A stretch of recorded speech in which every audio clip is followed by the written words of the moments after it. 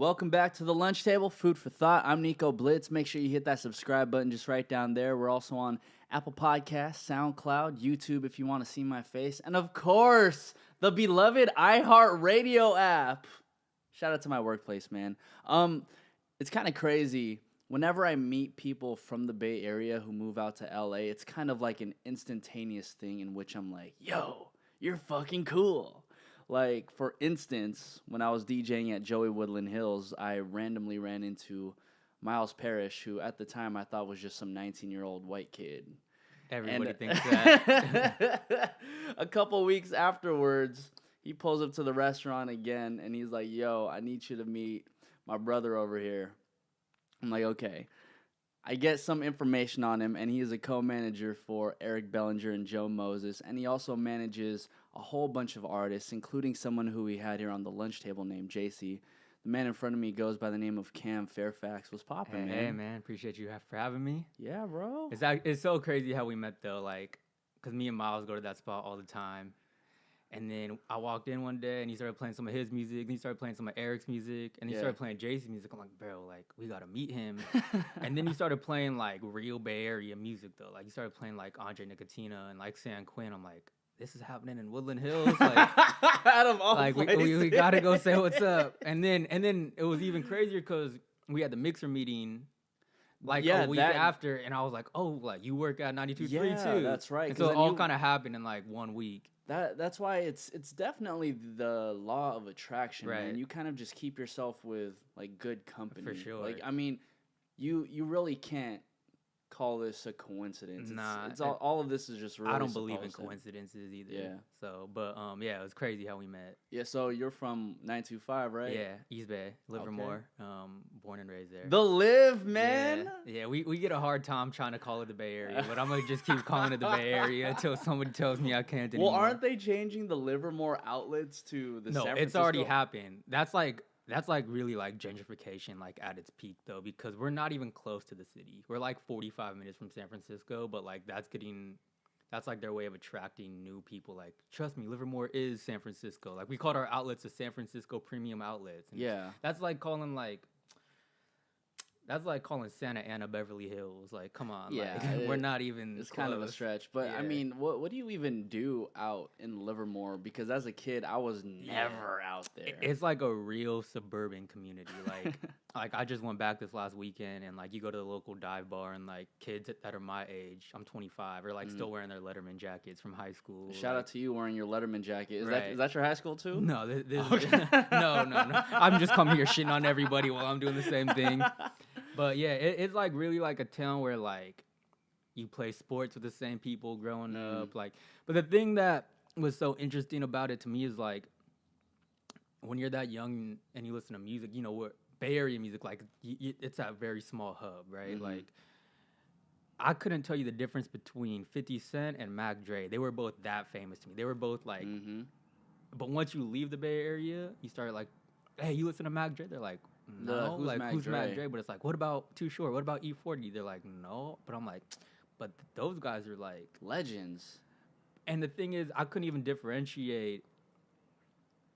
Like, I really thought like if I were to go to a Too Short concert, it would be at Oracle. Like, I thought it would be that big or something like that, just because that hub in the Bay Area is so like such a tight community and they support artists so well. But yeah, that's what I remember so much about growing up in Livermore is like listening to the Pack. I mean, especially like back then too, since social media wasn't a thing. Right. You can't just look at someone's numbers and be like, oh, like they're big. All I knew was all we were listening to at every party was Starting Six. That's all I knew. Like, and so, like when Starting Six would do a concert, it was like you would think that it was a superstar coming into town. Hell yeah. Or like even Lil Uno was somebody who everybody like, from the past. Be legit. Lil B before Lil B was Lil B the bass god, or even like Messy Marv, Turf Talk. Yeah, I mean, San Quinn, Andre Nicotina, Turf Talk, Be Legit, like all those guys to us were like legends. Those were the guys. Yeah. Man. Like, I'm not listening to whoever was popping at the time. Like, those were who we were listening to. But we were listening to them not even because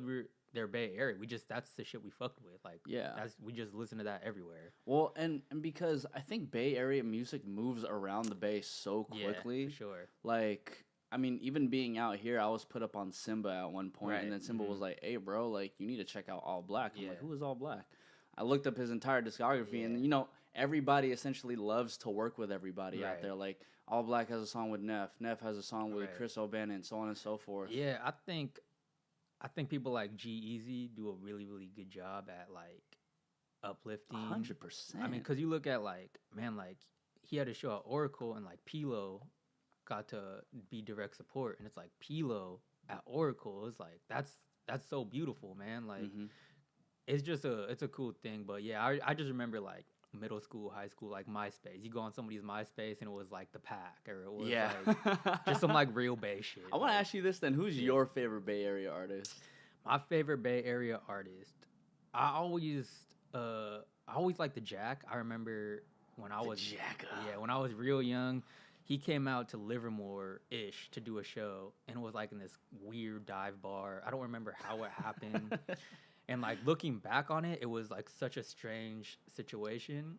But we were there, like, and we got a picture with him, and I thought it was like the coolest shit ever. Like, I got a picture. It was my MySpace picture for like 2 years. Dang. Like, me and the Jack, like, it was just so sick. Yeah. Yo, that's ill, man. Yeah, the Jack, man. Dude, yeah, Jack has some couple songs. He had that Girl Say with Andre Nicotino on it too. I've always been into melodies, like rappers that are able to incorporate melodies in their verses and hooks, and I always just thought like he came up with cool pockets, and he was just able to like, cause there's like that Bay Area pocket that like be legit. It's like a little bit like, it's like you rap. You say a word bit, like in between the snare and the right. It's just a different pocket. And I think Andre, like, probably just being from where he is, just like he figured out how to incorporate melodies a little more, which I always really liked. Yeah, and I think the Bay too, in sense of like finding their own sound. Like, I mean, I will say this all the time, but the Bay really doesn't get the credit they deserve. However, at the exact same time, we're so loud about that too. We're very loud about it. However, we also, a lot of us don't tend to do anything about it. Well, I think that like people like Fab have tried to be as vocal as they can about it, but I think people are finally starting to understand, because even the people that do kind of like play with the Bay Area sounds, I think they give credit, where it's deserved, but. Yeah, it's just so funny to hear like people say like slap, but they're not talking about music, or like bop, but they're not talking about a girl, and it's like, oh man, so maybe maybe it is finally starting to branch out, just like 15 years later than when we were doing it. Yeah, and that's why I highly appreciate people like Bobby Brackens and also Myles too, because when Bobby's writing for people like Tinashe or Chris Brown, he's gonna throw some Bay Area lingo in there, and then Myles, for example, when he came out with Back. I'm like, bro, I don't even remember the last time I heard the word popular on a song. Bro, Myles embraces the Bay Area like nobody I know. Like, I think it's coming from where we're from, like the suburban side of the Bay Area. Like, because I think we were able to fall in love with the music so much easier because we weren't in the same environments that music was coming from. So all we had was the music. And so it felt like, we'd only go to the town like, once a month to go visit some friends. Or we only go to the city to go to like city nights when we were like 16 years old. And so that music felt like it was coming from our backyard, but it was also a little bit different than what we grew up knowing. I get you. Because in a sense, I'm kind of the same way too, because I grew up like in the suburbs in like San Francisco and Daly City. And in a sense, it's like, because it's not so, even though it's there, it's not as obtainable as if like if you were like from Oakland or like from those parts of San Francisco, and it just feels a little bit more special in the sense of like, wow, this is really what the city represents. Like I want to be a part of this. I still own a pair of Jabos. Like I fucking hate you, dog. I hate you I do. right now. I got them tapered to like fit me like No, the you jeans. didn't. Yeah. No, you didn't. Yeah. Hey, for the kids who don't know what Jabos are, man, they're these baggy ass jeans. You could probably only get them size 36 and up, and they had like mine fucking, were 36s that I had to get tapered. They had straps on them like crazy, but they don't even make those anymore. Hell no. But I just remember in middle school when I first started seeing Jabos, and it was like, those are so cool. The little straps are so Yeah, cool. The man. MF plus G on them. Yeah, so I copped a pair. And even like Bay Area style, like tall tees. white tee, blue jeans, Nikes. I remember Nikes, getting that from the yeah. Federation, and literally, I want to say maybe like 8th grade. That's all I was really rocking Oh, for outside of sure. like my little private school. Dude, I remember when the Keek song, I first heard it, it like made me be like, oh, I'm only wearing a white tee, blue jeans, and Nikes for the rest of my life. Like, I would just, that's all I would wear. And then it was like the big South Pole hoodies that zipped all the way up through the hood. Oh my god, yeah. dude. Yeah, and then it came out with the I think Bape is still doing that though. Yeah, they came out with like the skeleton one with the eyes in it. It was Good, like, dude, what was that store? Do you know what store I'm talking about? It was literally that one store that had everything we just spoke about in terms of clothing. I don't. Fuck. Well, I don't even know if you spent time in Daly City, but I didn't spend too much time in never Daly mind City, then. no. Never mind. We're just gonna skip over that. Daly City. But Cam, so then, you being from Livermore and you Yeah. really finding a love for music, Yeah. what made you want to be a part of the music industry? The first thing is I knew I couldn't be in a corporate environment. It just wasn't gonna work for me. Like I learned that like I wasn't a good student pretty young, and I just love music. Like I remember as early as like 11 years old, like getting an assignment to write a paper, and my paper would be on the last verse of a Kanye West song off of College Dropout. Wow. Or writing a book report, and like it'd be like Kanye West, the book report on Kanye West's mom's book. Like I was just always into music, and Kanye has this song called Last Call on the College Dropout. This is the last call for alcohol. Right. And the last 8 minutes is basically him just explaining his journey. And I would just listen to it, and he would always reference like the A&R at Capitol or this A&R at Def Jam. And so I Googled like, what's an A&R do? And I was like, I want to be an A&R. And so I started to like really just study music. Like my favorite like rapper was like Lupe Fiasco when I was like 12 years old, and like NERD. And I just loved music, man. Like it was the only thing that like you could really get me to stay in school for, is like if it was something creative or music related. And so when I went to college, where'd you go? So I went to Santa Barbara City College, and then I transferred to Arizona State University. Yeah, and so I lived in Tempe for a little bit, and I wanted to get into digital media production, so I wanted to handle like the creative side of it. I wanted to do like music videos and stuff like that. So I actually did it for like quite some time. I did it for like 3 years, and then I just started to realize like, man, like you're not as creative as you think you are. Like, cause what does that mean? Because you could go in these rooms with like real talented people. Like the first day I moved to LA, I was in this house of this guy's name is Taj Stansberry. Does like insane videos for like J-Lo and G-Eazy and just like monsters.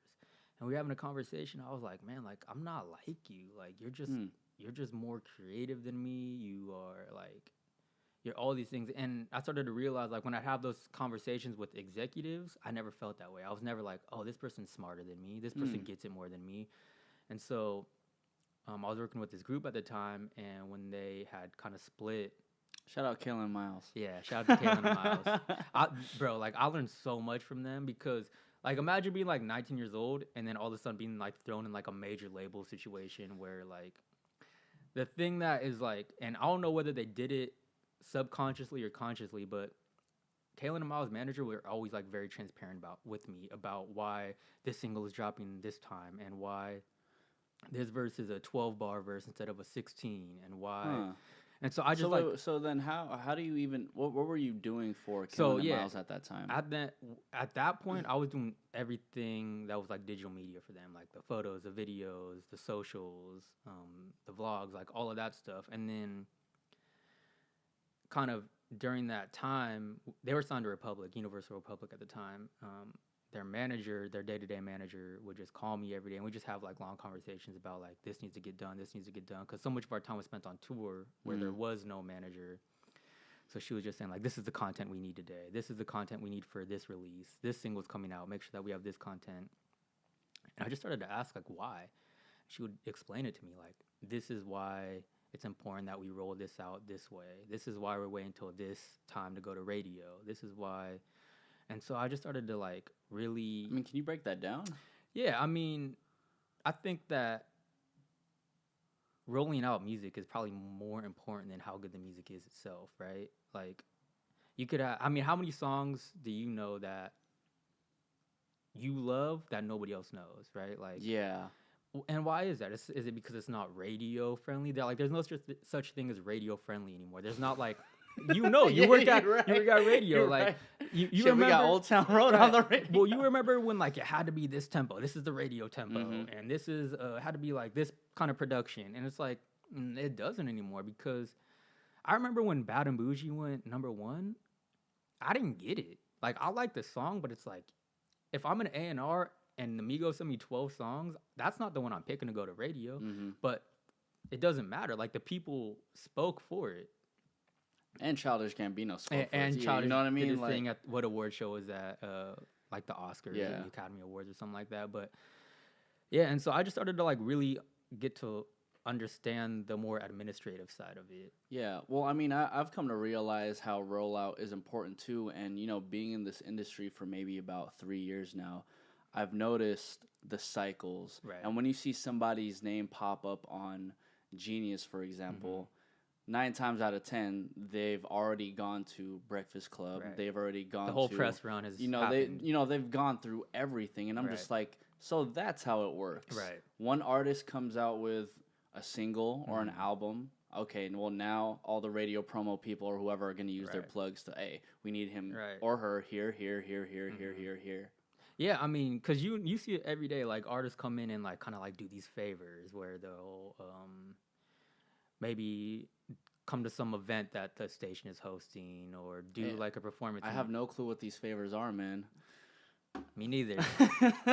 But yeah, I mean, it's all part of the game because like when you drop a single, you want to be able to send it to this DJ and be like, hey, spin my shit, like play it on air, and so yeah, I just got like a really good understanding of like kind of like that side, but more so like the management angle because that's where I felt like I was best at because you know A&Ring, sometimes that relationship with the artist isn't always the best, right? Like how many artists go like, oh, my A&R doesn't answer the phone. My A&R wants me to do this, and I didn't want that kind of relationship with an artist. I wanted more of like we're on the same team. Yeah. Together. Well, sometimes an A&R will have the self-interest. Yeah, I mean, for sure, but that's their job. Like Yeah. their job is to be like, this is what's gonna stream better if This we is do what's it gonna like work, this. yeah. And the artist is gonna be like, no, well, this is how I want to make music, and finding that middle ground sometimes like creates a clash between like artist and label, and so that's why like I really wanted to go the management route,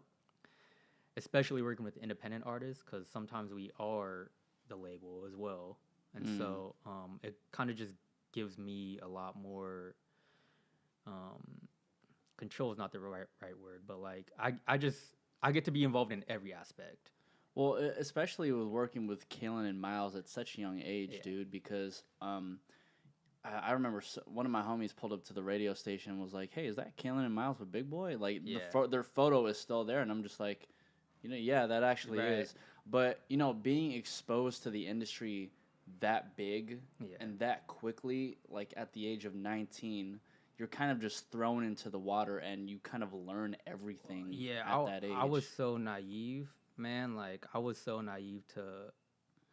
It was like a blessing and a curse because you're kind of thrown into it, and it's like you're attached to the biggest entity, one of the biggest entities in music, which is Universal Music. Mhm. You have, you know, the whole thing is given to you. You have your radio reps, your marketing, your this and that. So I was so naive. It really took me a lot of time just listening to what their manager was saying and like really just like soaking it in. And I was like fortunate enough for like them to invite me into some marketing meetings and into some meetings when we go up to New York to their public offices. So I can remember,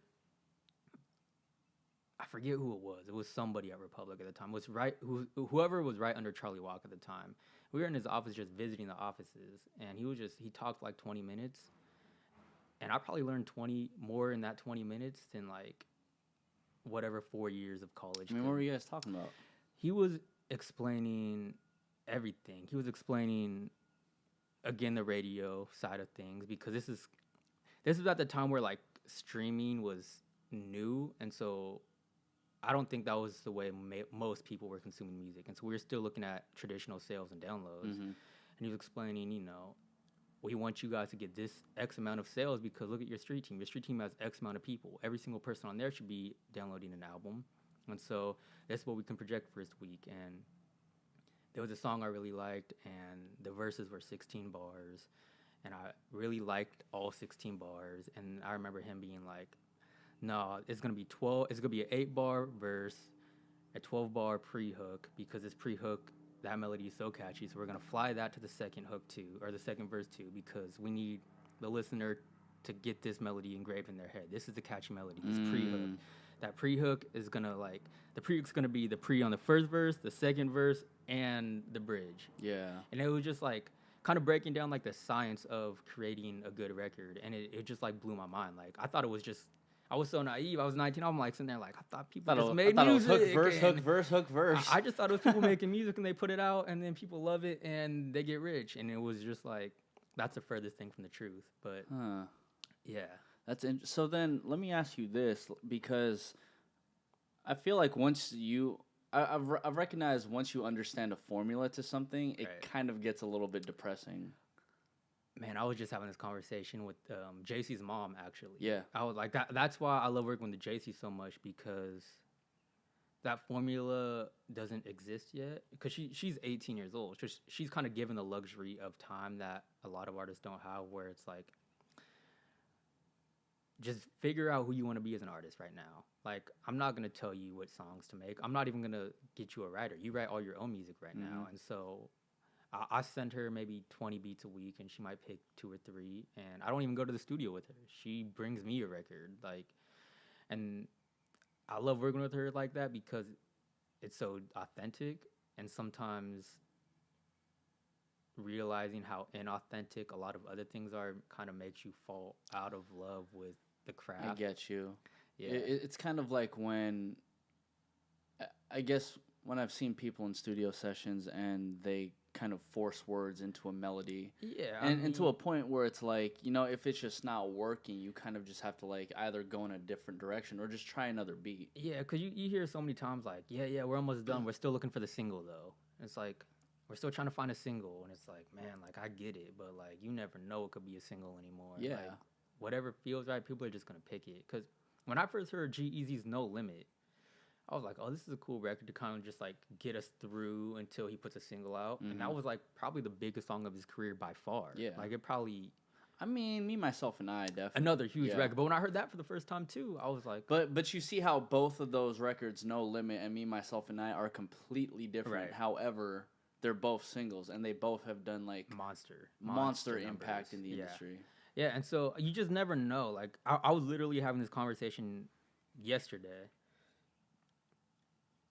If Lil Nas X came up to 92.3 a year ago with Old Town Road, it'd be like, what are you doing? Like, and then he asked for a suggestion. You guys would be like, I don't know. Like, I don't know. Like, but it happened so organically, and then a label was able to come in and kind of throw gas on a fire. But like, that wasn't supposed to be a hit. Like, yeah, but it is just because people gravitated towards it. And it's the same way how have you heard of the Boy West Coast?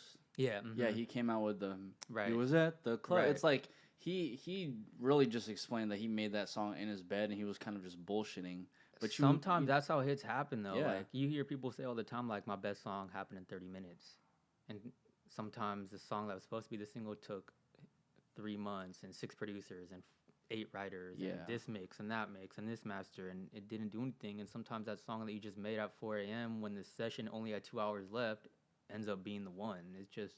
Yeah, because it's just the realest shit that you feel. I think consumers are getting a lot more smarter in the sense of like they want something that is more organic. And, yeah, they want to feel it instead of like, this is what we have been presented with for the past 20 something years in music. That's what I think the hardest thing is with like new artists, is like we want to believe it. I think that's why DaBaby is one of my favorite artists right now, because everything he does, everything he says, you just believe it to its core. Like, and I think when you start getting out of your own little pocket and trying to reach and trying to do things that aren't authentic to you, people are getting smarter, man. Like, it's not like it was 20 years ago where you could just be this person just for the music video and nobody sees you again until your next music video. It's like, no, you're everywhere. You're on Instagram, you're on Snapchat, you're on Twitter, you're on Facebook.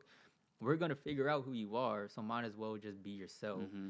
Because if you're somebody else, we're just not going to believe it anymore. And people are getting better at not believing So it. then how do you figure, and I want to use Miles as an example, how do you figure Miles goes from someone who does Love Robbery to Do Your Step?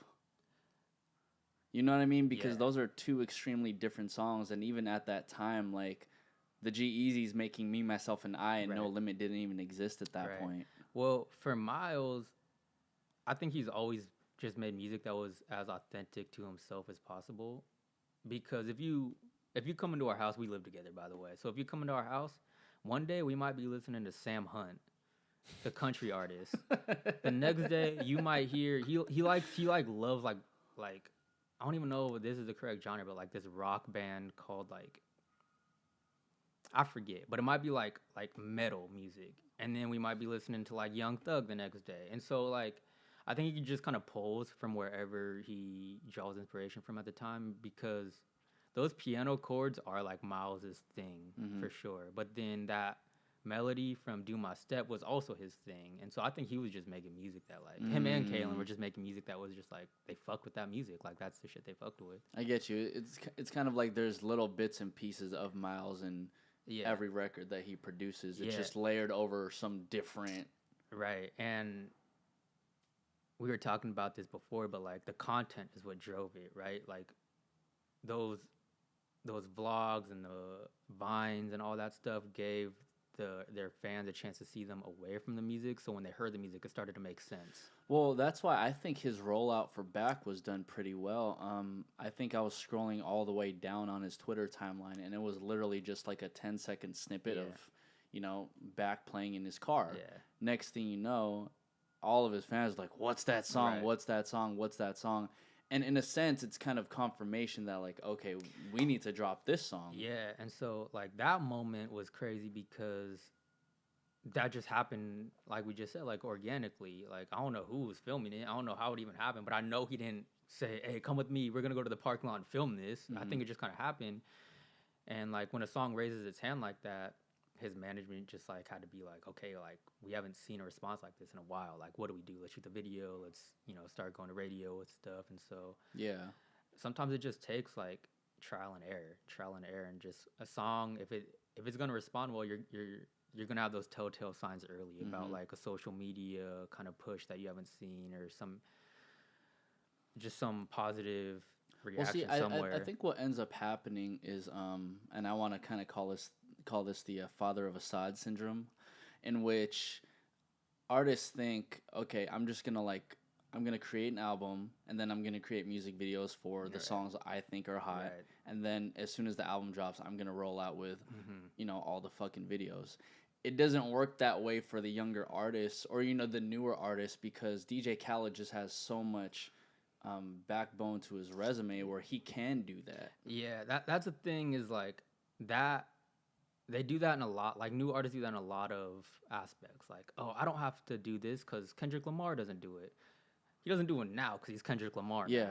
He did back then, though. Like, like, oh, I don't have to post on Instagram. Kendrick doesn't even post on Instagram ever. It's like, that's because he's Kendrick Lamar. Yeah. Like, he doesn't have to do anything but release music now. And to be honest, J. Cole's my favorite rapper, but I blame J. Cole for this so much, in which everyone just wants to go double platinum, no features now. It's like, dude, but I really like what he's doing, is being like, no, like, I'm going to give you features this summer then, because that whole thing is like such an internet thing, man. Like, I don't even think he like intentionally didn't put any features on those albums. I think he was just like, they're kind of done, and I don't really feel like any of them. Anybody. Yeah, there's no good fit on any of these records, but because the London record is tough, bro. It's so hard. I mean, he hasn't missed ever since he started doing the features. It's tough, man. Like, that shit is hard. And but you know what I'm saying? It's like now I'm seeing a whole wave of artists who only work within.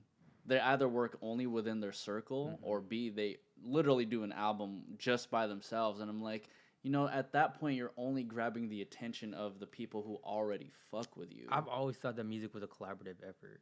It always has been. Like, there's always been writers and producers and engineers and people to mix and people to master. Like, you can't do everything by yourself, because even if you can get the music out by yourself, you need a team to help you roll it out. You need this guy and this guy and this guy. And so, yeah, I mean, that's like the thing that like you got to try to keep new artists away from doing, like, oh, well, Drake does it like this, so I'm gonna do it like this. It's like, look what Drake was doing 12 years ago. Do it like what that Drake was doing. Drake was doing all the press runs, he was doing all the interviews, he was doing all like whatever worked back in 2010, he was doing it in 2010. So you got to do what's working in 2019. It's not just put music out. It's got to be more than that. People want to have an identity to connect that music to, and there's only a few exceptions that I think are able to kind of do it quietly on their own, and it's like, you know, like the SZAs of the world, but those are like the anomalies. You can't, not everybody's a SZA. Not everybody can just put music out and it's gonna go without, because SZA's been making music. She's been signed to TDE for like 5 years. Like, it doesn't happen overnight. Like, it takes that gradual build of like really brick by brick, like doing a show for 10 people, then coming back on the next run and doing it for 18 people, then coming back on the next run.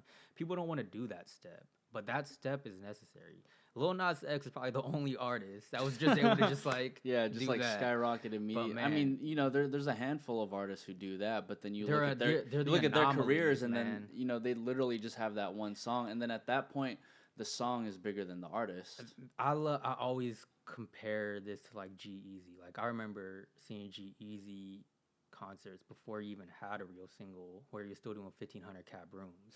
Because and it took a long time, but like, why would you not want to do it that way? Why would you not, like, you would rather have, as an artist, you would rather have a great touring than a great radio run. Yeah. You would rather have great touring than a great anything. That's where you're going to make your money. Like, and that's where you're actually going to connect with the people, That's where you're going to be able to meet those people that are buying your music and streaming your music. That's where you're going to make the most money. That's where a lot of you guys have the most fun, is on tour, you know? And so, like, that whole thing about trying to microwave your career that's out. Like, even if it does work, it works for this window of time. And then what? Like, I just remember, like, just seeing G-Eazy do, like, 500 cap rooms and then 1,200 cap rooms. And then he had a single.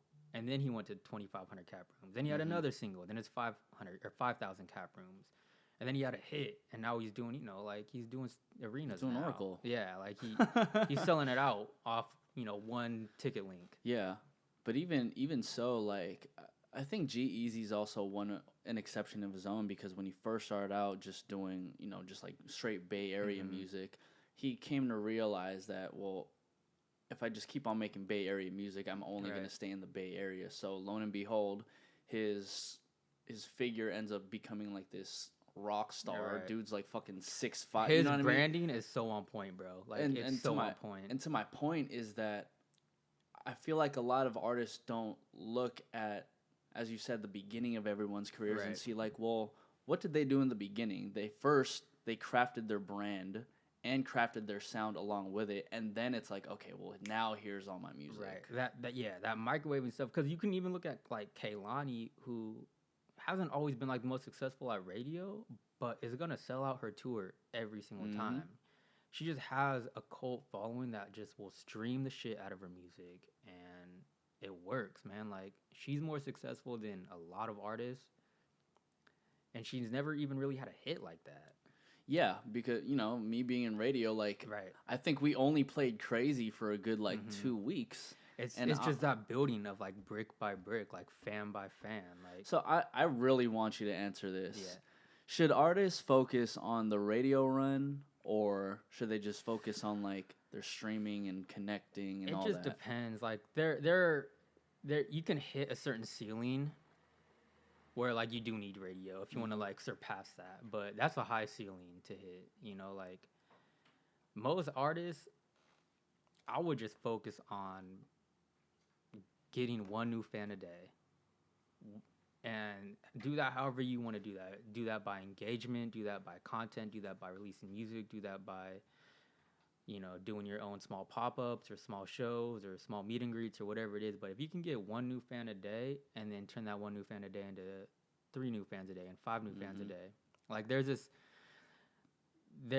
like this saying where it's like if you can get 1,000 real fans, just 1,000 real fans to spend $100 on you a year. I see what you mean. Because now you're making more than yeah. Now you're making more than a lot of people that you went to college with that decided to go work for Yelp or decided to. And $100 a year is that's a $20 ticket. That's a $40 hoodie. That's the special edition vinyl signed for $35. Like there's so many ways to do it. Like all you need is 1,000 of them to like really put yourself in a good position. Yeah, and wow. I actually haven't thought of shit that way. But that's a really damn, man. That kind of just blew my fucking mind out. Well, because people just want to jump in. They don't want to work on just getting that 1 new real fan every day. Well, I have a really close friend who I work with. He's also an artist as well. I don't want to put him out there because he focused. Recently, he said, "Man, I need to get my followers up. I'm like, bro, why do you need to get your followers up? Like, work on those followers you have already. Yeah, I was like, yo, like, keep on posting shit that is real to you, and then lo and behold, he gets more engagement about him talking about his anxiety and his weight loss problems and all that shit because people can actually relate to that. Well, that's a cool thing about right now too is like you don't have to really appeal to a wide demographic because there's a community for everybody. Like if your thing is really connecting with people who have anxiety or have depression or have there's an audience for that's going to connect with it. Your thing could be karate and that's your thing as a rapper and there's enough people out there that are going to be like, yo, I like this because I get it. Yeah, it might not be the biggest audience in the world, but everything is so accessible now you can still monetize that. But if back that's to your point, if all you have is 1,000 people and they all that's all you need. That's all you need. That's all you need if that's the end goal. But we really encourage our artists to like make mood boards, like put it up, make a tangible mood board and put it on your ceiling, and that's who you want to be and that's who you want to project yourself as an artist. And that's what we got to drive down people. That's what we got to make them believe. I just keep saying it, but like the microwaving shit doesn't work. It seems like you talk about the microwaving shit a lot with people, because I could just feel it in you. It's so tough, man, because I don't want to say it doesn't work because it does work, but it doesn't create longevity, and I think that's what we strive for because there's like no union for us. There's no retirement, there's no tenure for us. So like, if we want to retire, that means that we gotta have a lot of money, which means we need to have longevity. Like Eric, for example, he can tour. He's going to tour for the rest of his life because he just can. Like, why wouldn't you? He has this really cult following that he just built up like crazy over the years. And that's why he makes as much as he does. And even from building like such a huge fan base, he still does things to tap in with them every so often. For like, sure. I think he had like a goat challenge going on at one point, like his own shit. And then I think also too, I remember going to, I want to say it was the Eric B for President 2 release or something at a beach. Yeah. And that shit was that shit had like 100 people in there. I'm like, yo, how do you do this? Yeah.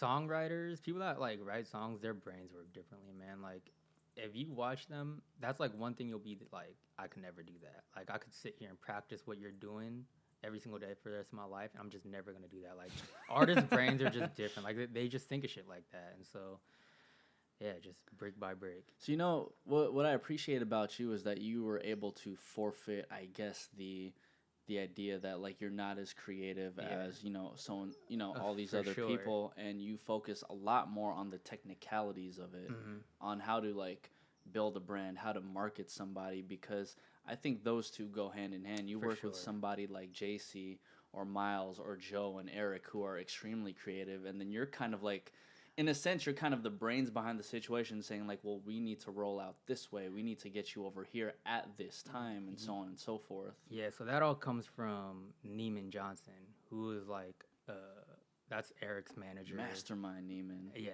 that's Eric's manager. That's Joe Moses. Like, I'm more day to day with them. And his whole thing is just about like being a realist. Like, sometimes this isn't for you, but this is for you. And he just is like a very black and white person. Like, he's not gonna sugarcoat nothing. So that, you know, just spending so much time around him just made me like that. Like, hey, I'm not good at this, so I just need to admit I'm not good at this, and just go dial in with this thing I do know that I'm good at. And so, yeah, I mean, it's like that for everybody. Like, there comes a point where like certain artists need to be like, man, like, this isn't for me. Like, this might be a hobby, or this might be, and that's life, man. Yeah. Like, so what do you think keeps people in that realm of, I'm just gonna keep on going at it? Because on the passion. That's it, you know, because, and it's like anything, like any business, like we can go down the street and like see like a smoothie shop, and it's like, why would you start this? Like, if you knew the numbers of how much smoothies make, it's like you're charging people $5, but you're only netting $1.25. You got to sell 1 million smoothies. Yeah. You just must like this. You just must love smoothies, because there's no reason you would get into this business. Like, the margins are trash.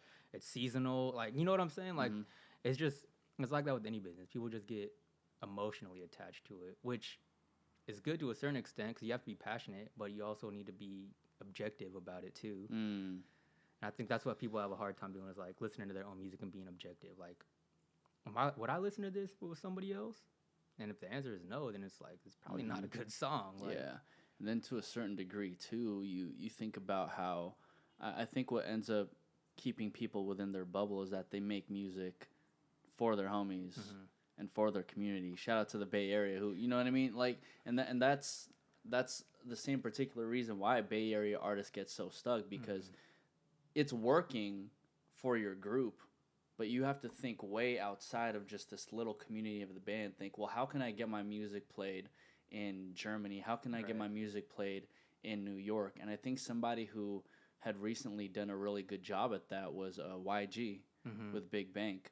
Oh, let's get Detroit in this, Big Sean. Oh, let's get New York in this, Nicki. Let's get Atlanta into this, 2 Chainz. Right. Who, all 3 of them also had their own things buzzing at the exact same time too. Yeah, because if you look at it, like, urban music is pop music now. Yeah. And you see all those other pop artists trying to kind of cross over into the urban world, just because they understand, like, this is the most popular genre of music right now. This is the most streamed music. This is the most played on the radio. This is getting the most syncs. Like, you got to be able to just crack that bubble, because you're just gonna be stuck. I mean, how many friends from high school do you know that are like still trying to make music? I mean, I know a handful. Right. I know a handful. Like, there are certain steps you just got to be willing to take, and certain boundaries you got to be able to cross, and things like that. So, I have a theory, but I want to know what your theory is. What is that first boundary that you have to break? I think if you're a new artist, like you're about to put out your first song, there's a handful of things you can do that really separate you from everybody else. And that first thing is really mixing.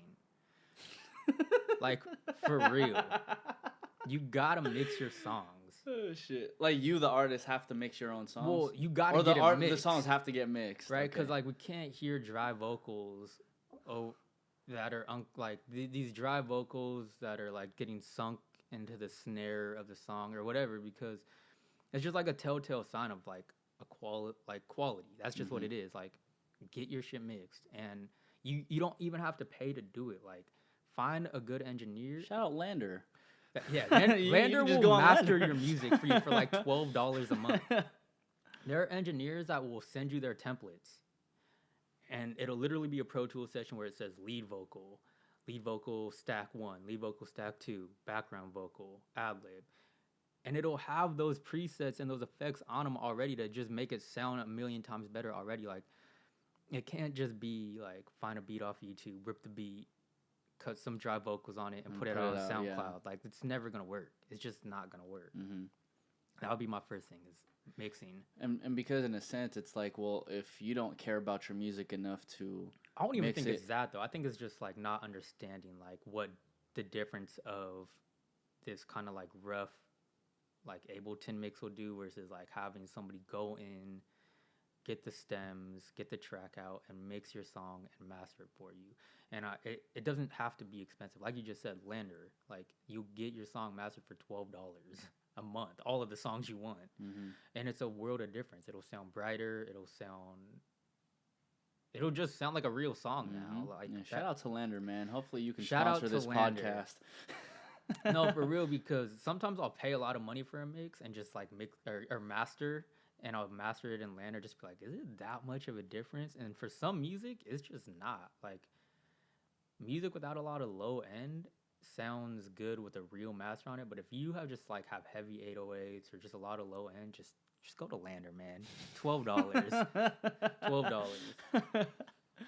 Man, in a sense, the idea of this conversation is just utilize the resources because they're all in front of you. People think it's expensive to make music, and it's not. You know, like, how much was this setup? Let's see. I mean, each mic is about $400. This was about $100. I'm not gonna talk about the laptop, but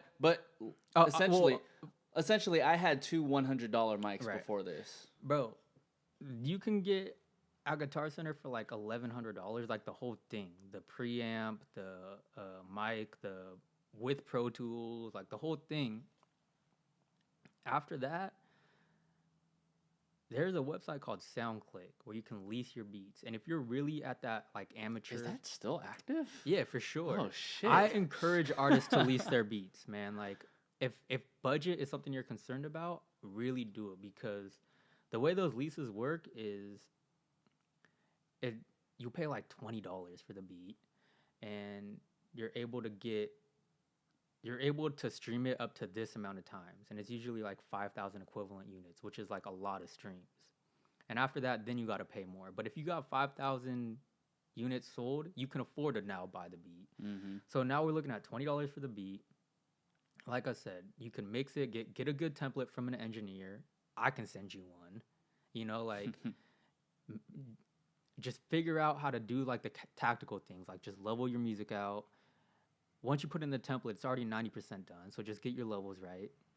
And then master it on Lander for $12 a month. Like, it doesn't need to be expensive. And then to distribute it through like a TuneCore or a DistroKid. Like, you can't live on SoundCloud. That's such a tough platform for new artists to be discovered, because it's not, that interface isn't made for people to discover music. Everybody that listens to your music on SoundCloud, they got to type it in and find it. There's no real, like, if you like this, you might like this. Got you. There's no playlist on SoundCloud. It's solely for, like, if you know what you're looking for, you can find it on SoundCloud. But if you don't know what you're looking for, you're not gonna discover a new artist via SoundCloud. Yeah, that makes total sense, because I literally just started using Spotify not too long ago. Shout out to Apple Music, because they didn't have this kind of service. Right. But the fact that you can just see Miles Parrish and then like everyone who's kind of like affiliated with him or kind of has a similar sound, like, it does wonders, man. And you find like a whole branch of music and artists who you were never really accustomed to. It's just that interface that SoundCloud has where it's not very user friendly. You know, like, we don't want to have to go, because that music is most likely already on Apple Music anyways. And so if you're only distributing through SoundCloud, now you're banking on somebody to go to SoundCloud just for your music, because everything else they listen to is already on Apple Music or Spotify. So now we're asking a consumer to get out of this app, go into this app, type this in, and it's just, the harder you make it for them, the less it's going to be productive and effective, yes. And so, yeah, go through TuneCore, DistroKid. Shit, man, every artist watching this shit, there's a whole bunch of knowledge in here. Distribution, man, like, you got to distribute through the DSPs. That's where we consume all our music. Why would you not want to be there for an extra $10? Yeah. And you can monetize it. You can't really monetize off of SoundCloud all the way yet. Yeah, because I think they're opening up that feature right now. Yeah, but they got some like weird pushback in the beginning where their initial contract to all the artists were like, we can change the splits on you without your knowledge, which is insane. Something about the publishing didn't make that much sense. But I mean, any company that says we can change how much you make without telling you is like, I'm not. Why would I upload to you? Yeah. Why would I want to distribute to you? Yeah. But I know Spotify's either has already introduced it or is going to, where you can upload directly to Spotify. Oh. Which is like a game changer. Yeah. So. Because then you wouldn't need like the second party distribution companies. Which those distribution companies do a lot for streaming artists, but a lot of the distribution companies just are a glorified TuneCore distro kit for a lot of artists. Yeah.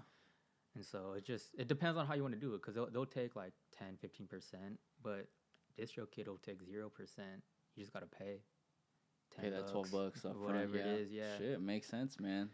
Yeah. All that shit makes sense. You got to be able to monetize your music. That's one of the reasons I hope you make music, is so you can make enough to feed yourself and your family, right? Yeah. It can't just be a hobby. Or it can be a hobby. That's cool too. But if you're looking to monetize your music, you got to go through the direct channels and take the right steps to make money. Because I think a lot of artists go into it, and this is literally referring to the beginning of the conversation, where they just think about being the artist and only the artist. Mm-hmm. And you know, it's cool when you work with a bunch of homies because you're less likely to get fucked over. Right. But if all of you don't know what you're doing, you guys need to figure out like the right steps.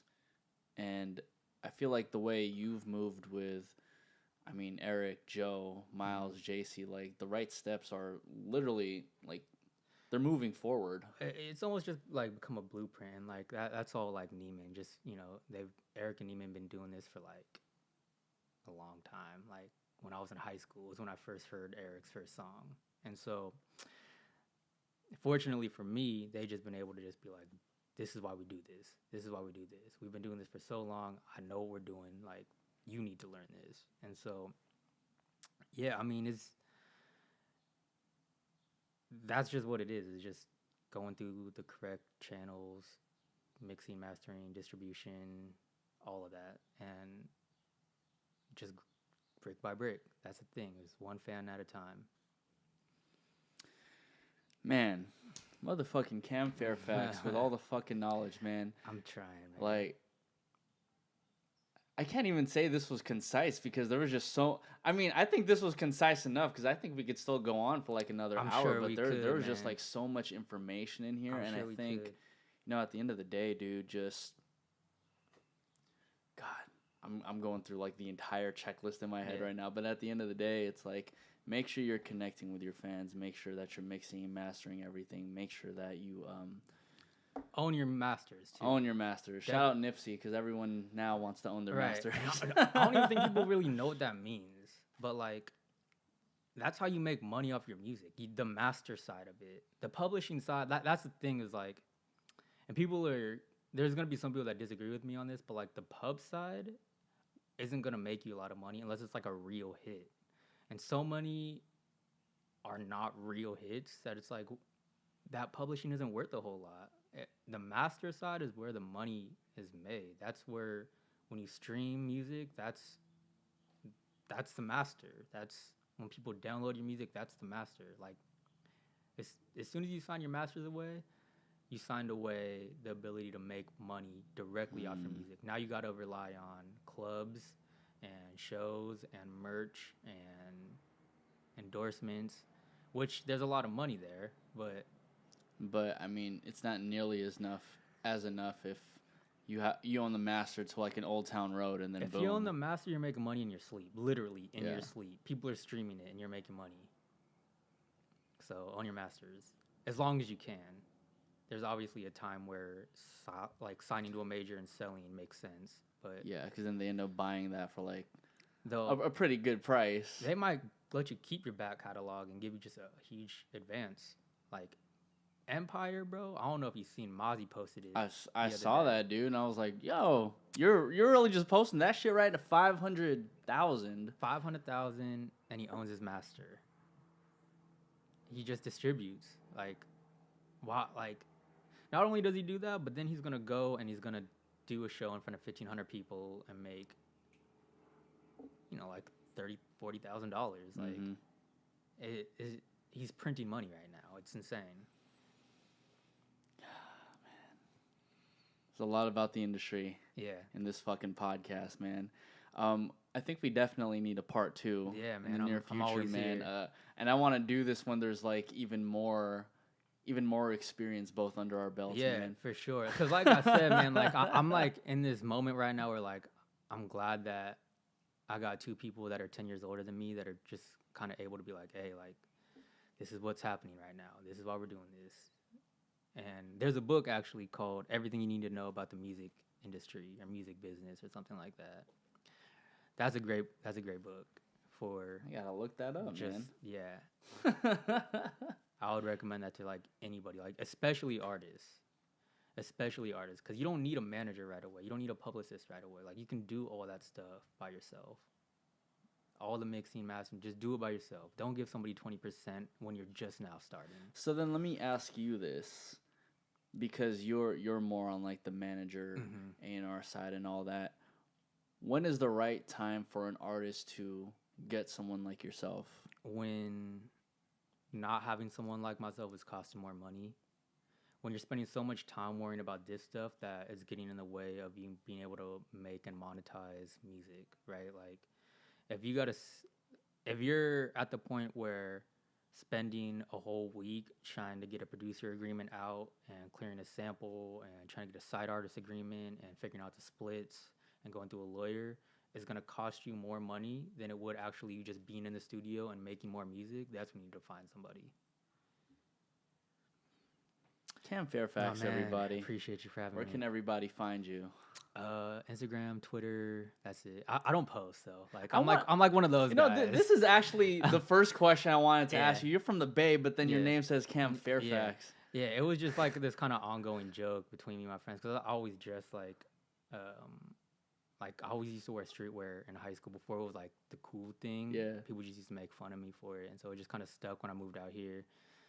Oh, so you were Cam Fairfax even before you moved out here? Yeah, I thought the Fairfax thing came out when you moved out here. No, it happened in college. Yeah, it happened at Santa Barbara, and when I was going to school in Santa Barbara, yeah.